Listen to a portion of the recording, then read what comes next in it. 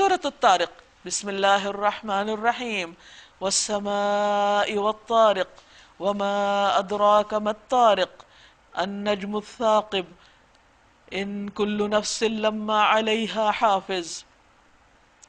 قسم ہے آسمان کی۔ یہ جو اللہ تعالیٰ قسمیں کھاتے ہیں، یہ دراصل ان چیزوں کو گواہ بناتے ہیں، ان کی طرف غور و فکر کی دعوت دیتے ہیں۔ اور رات کو نمودار ہونے والے تارے کی، یعنی دیکھو ان سب چیزوں کو، ان پر غور کرو۔ وما ادراک ما الطارق، اور تم کیا جانو کہ یہ طارق، یہ رات کو آنے والا کیا ہے؟ النجم الثاقب، چمکتا تارا جو ہر ایک نوٹس کرتا ہے، یعنی چمکتی چیز کی طرف ہر ایک کا دھیان جاتا ہے۔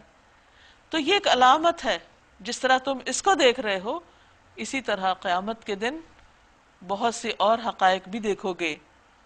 کوئی جان ایسی نہیں جس کے اوپر کوئی نگہبان نہ ہو، یعنی اللہ سبحانہ وتعالیٰ خود ہر ایک کی نگرانی فرما رہے ہیں، اور اس کے علاوہ اس نے فرشتے بھی مقرر کر رکھے ہیں۔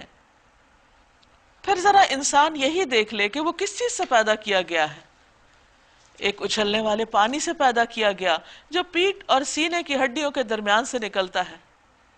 یہ اس وقت بھی بنتا رہتا ہے جب انسان کے باقی لمف یعنی ہاتھ پاؤں بازو وغیرہ نہ بھی ہوں۔ یقیناً وہ خالق اسے دوبارہ پیدا کرنے پر قادر ہے، یعنی جس رب نے یہ سسٹم بنایا اور انسان کی تخلیق کا سامان خود اس کے اندر رکھا، اسی طرح وہ اس بات پر بھی پوری طرح قدرت رکھتا ہے کہ کل قیامت کے دن سب کو دوبارہ اٹھا کھڑا کرے، جس روز پوشیدہ اسرار کی جانچ پڑتال ہوگی، جس دن سارے راز سامنے آ جائیں گے۔ یوم تبلی السرائر فما لہ من قوت ولا ناصر، اس دن انسان کے پاس نہ خود اپنا کوئی زور ہوگا، نہ کوئی اور اس کی مدد کرنے والا ہوگا۔ والسماء ذات الرجع، قسم ہے بارش برسانے والے آسمان کی، اور نباتات اگتے وقت پھٹ جانے والی زمین کی۔ یہ ایک جچی تلی بات ہے، ہنسی مذاق نہیں ہے، یعنی یہ قرآن کوئی کھیلنے کی چیز نہیں۔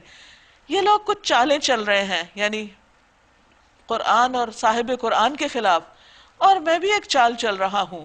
بس چھوڑ دو اے نبی صلی اللہ علیہ وسلم ان کافروں کو، ایک ذرا کی ذرا ان کے حال پہ چھوڑ دو، پھر دیکھیں کہ ان کی چالوں کا ہوتا ہے کیا۔